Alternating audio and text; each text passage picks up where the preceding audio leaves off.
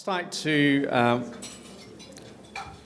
let you know of our three speakers. We have our three speakers. We have Colin Kerr, Linda Wayman and Rob Lester.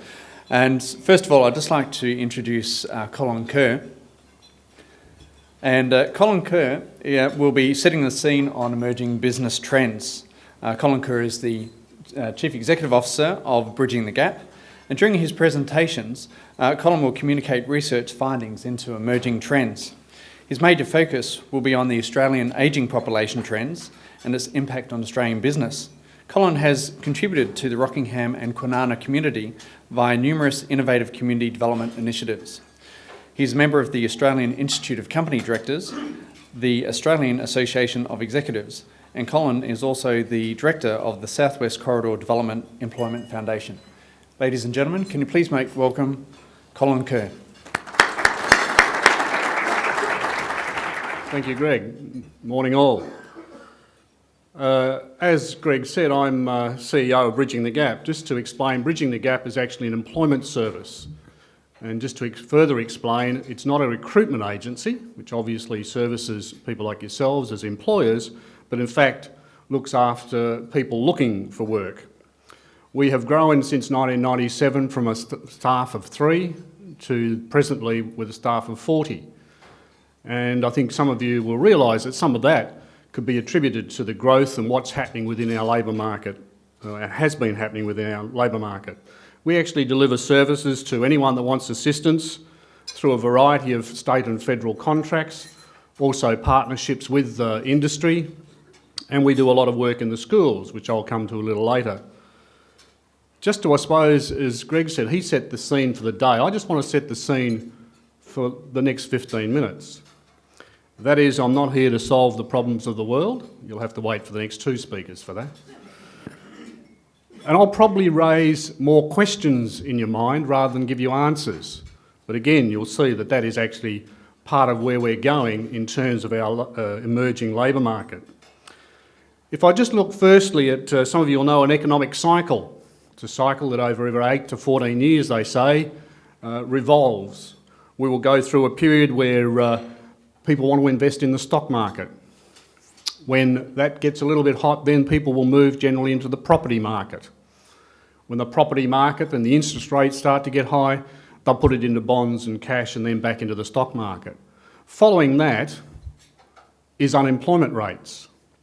Generally, with the interest rates rising and the next couple of years, you'll find that unemployment will rise. And so we have the cycle that continues around, as I say, generally 8 to 14 years, maybe a little bit longer over the last few years. But now, we're actually facing not a cycle, but almost a flattening of what's happening. The cycle, if there's going to be one, will be enormous, and that is because it's well documented, the ageing population, the baby boomers, and it goes beyond the baby boomers coming through. That cycle now, and the theory of having an economic cycle, I think, will be tested. As I say, the ageing population is well documented. What I want to present to you this morning is very much a few considerations for you this morning. It's certainly not a full-blown picture of the research that's gone on. I've just taken little bits of it. But let's, to start with, look at the impact of the labour market for the next number of decades. In here you'll see this is about population growth. On the bottom says, of course, Australia's population is set to keep growing. Even though we have an ageing population, we will still continue to grow.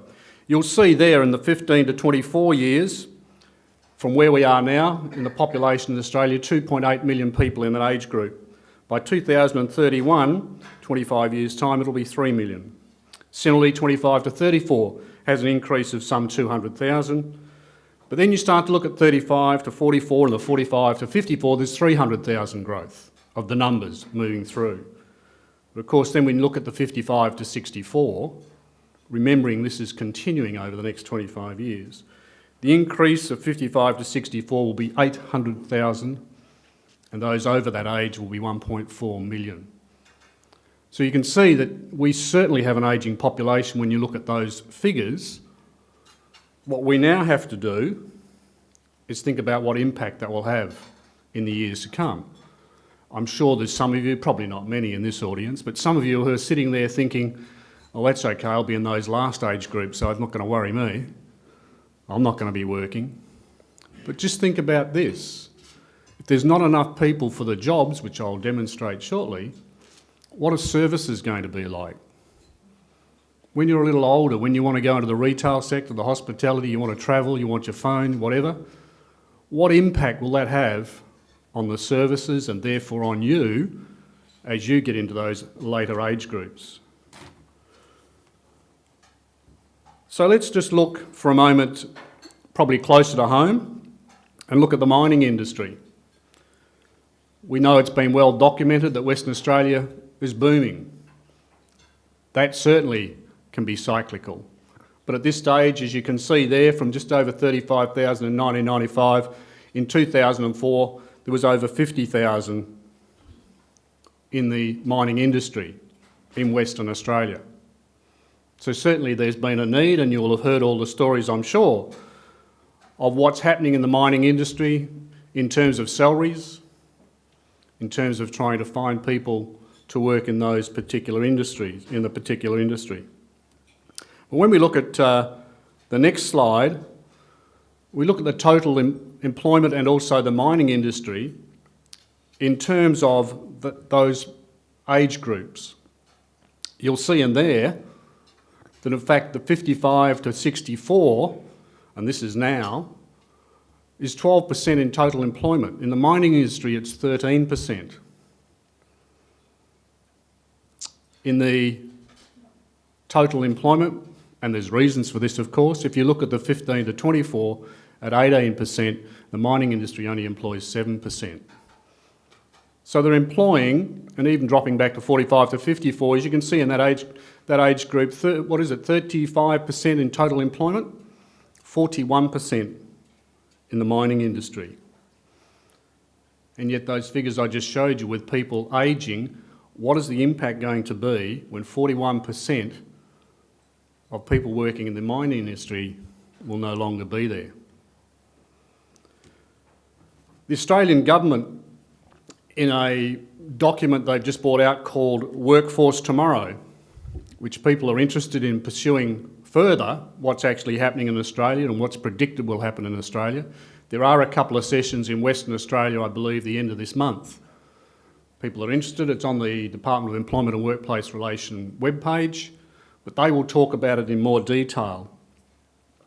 But in that document, they actually state that by 2011, just to remind you, that's only 5 years away.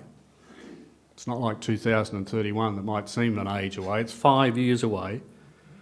There will be a shortfall of workers in Western Australia totalling 195,000 in 5 years' time. That is, jobs unfilled. So we're not talking about something that is 2 decades away, we're talking about something that is with us now and going to get worse. 195,000 jobs unfilled. Will your company be one of those experiencing that? Or even in local government or in government? Will you be able to get the staff that you require to deliver the service that you're required to deliver? So that's 5 years' time. By 2026, which is 20 years' time obviously, that shortfall will escalate to 300,000. So we're not in a situation, certainly by the predictions, that it's going to be resolved easily. In fact, there is a view that it cannot be resolved. What we're going to have to do is to make the best of it. Now this takes into consideration an increase in migration. For those of you who are thinking, fine, we'll just get people in from overseas. This situation is not just in Australia. This is in the world. The ageing population, the baby boomers, all of those things is in fact an international issue. I have a director on our board who's now retired, who is in HR, who tells me for the last 5 years they've been trying to recruit engineers from overseas because they can't find them here. 5 years ago. It's not going to get any better. It's going to get a lot worse. So let's look at the supply side. When you advertise jobs, they're usually to meet your specific needs, obviously. They'll either be full-time, part-time, casual, or maybe contract work. So ask yourself, how often do you, or people you know, employ someone who is already working part-time elsewhere? Is that something that you generally do? I would suggest probably not, and I'll prove that to you in a moment. And we know that there's reasons for, or issues at least, for people who wish to work 2 or 3 different jobs. They're in fact in our society today punished for it. Punished in terms of taxation, where you're taxed to the maximum if you have a 2nd or 3rd job. Banks don't recognise 2nd and 3rd jobs when they're looking at loans. And as one of the issues, of course, if you're working for a couple of the companies, you need to be able to manage that. So generally we don't employ people that are working elsewhere part-time because we want to meet our needs. I suppose in our society, and certainly in my area of work, we're working on this, but I don't think we're close enough to it. We're not giving people the skills to actually go out and find 2 or 3 part-time jobs. We don't teach people probably the 3 main skills: planning, managing, and negotiation. If you're working for a couple of companies, you've got to be able to negotiate, don't you? So we don't do it. So it is difficult to manage a number of jobs. On this slide, you will see, in Australia, if we're looking at one area only to resolve this issue of 195,000 unfilled jobs, 300,000 unfilled, is in fact the underemployed. As you can see, this is from the Melbourne Institute when this was done. These people are looking for additional hours. So I suppose when we look at those, I ask the question, do we need to change our thinking in terms of meeting that need? There might be some things that we need to resolve and we need to look at. But as you can see there, the bottom line, extended labour force underutilisation, 1.3 million. That's one area that may be of use. Maybe we just need to change our culture and our thinking when it comes to employing and looking after staff. What I would do now, yes, I do have, in this next slide is to look at what we have been doing to prove what I've been saying in terms of recruiting and retrenching. You'll see that the top one is about recruiting. We recruit people, obviously most people, in the 31 to 40 age group. Have a look down at the 31 to 40 age group in terms of retrenchment. One would say that was predictable. But look at the largest group that we are retrenching.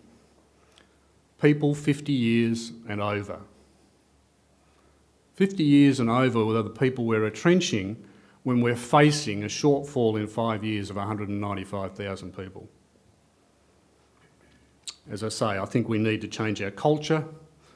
I think as employers, things have changed, where we certainly asked from loyalty from staff.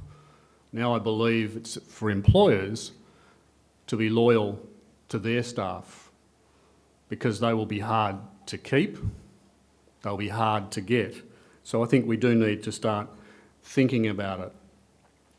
The other side of it, at Bridging the Gap, we, as I said earlier, are involved in schools, talking to students and taking them through a process where they're making career choices, an entry into, and I'm sure you've heard the words, lifelong learning. They say careers these days, and when I grew up, you chose, didn't you, whether you would have a career as an architect or a career as an accountant or a career as something else. The view now is your life is your career. Some 12 months or so ago, there was a woman who is involved in the development of careers and the new aspect of what it is, and she's 72. And she said to us, people that have been unemployed for 2 years, that's part of their career. And we all fell off our chairs, obviously, with a statement like that. But what she was saying is because when you're unemployed, you learn skills. Some skills you may not learn when you're working, but very valuable skills if you can utilise those.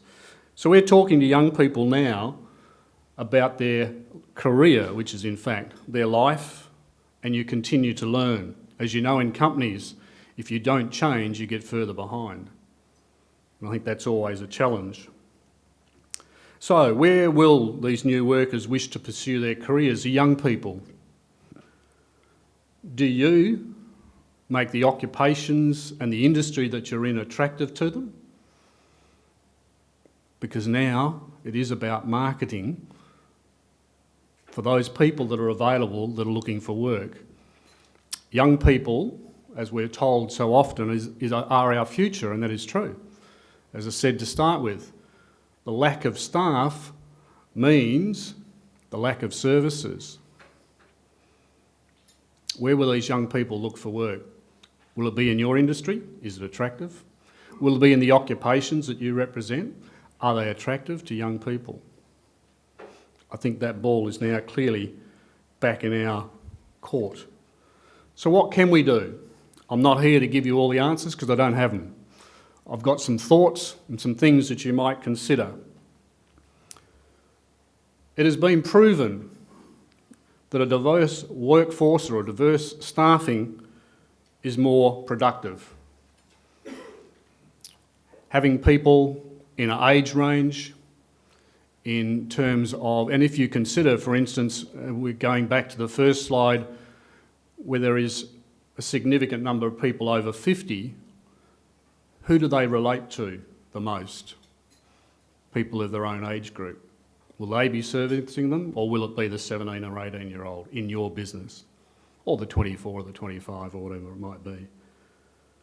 But as I say, research has been shown that having a diverse workforce is certainly more productive than having one sector. Education and cultural change. How important is education when employing staff? But I ask you again, what are you and your industry doing about ensuring that there are qualified staff in 5 and 10 years' time? I'm told from large businesses that don't go and ask them as an individual what they'll want in 5 years, they don't know what they'll want tomorrow. Is that just hiding behind it? Because if they don't know, how do universities know? How do career guidance people know? How do the people out there know what they should be educated in, training in, getting degrees in for the opportunities that are there? I think we need to now, my belief is we need to stand up and be counted in terms of what is going to be down the track and who we are and the people that we want to work for us. Training and upskilling. It's very interesting. I've been around for 30 years in this industry. Some of you in this room will remember the thing called the training guarantee. It came, it went. But I'd suggest in your company this is something that we do need to think about now. I know in mine, talking to those people at the table this morning, that we've had to change our focus from trying to get people who are experienced to people who have potential and the skills that we can develop for our industry. So this year, certainly with my staff, I've told them very clearly it's the year of staff development. Yes, because we care about our staff, but also because if we don't, we won't be in business. So it's become very, very important. When you're recruiting people, are you able to provide a career path for the staff